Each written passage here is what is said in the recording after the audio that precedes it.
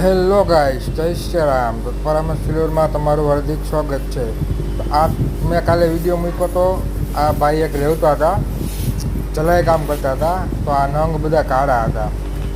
તો આજે હું તમને દેખાડવા માગું છું કે ચલાઈ કામમાંથી ઉજળું કેમ કરવું છું. આ ભાઈ અત્યારે ઘરથી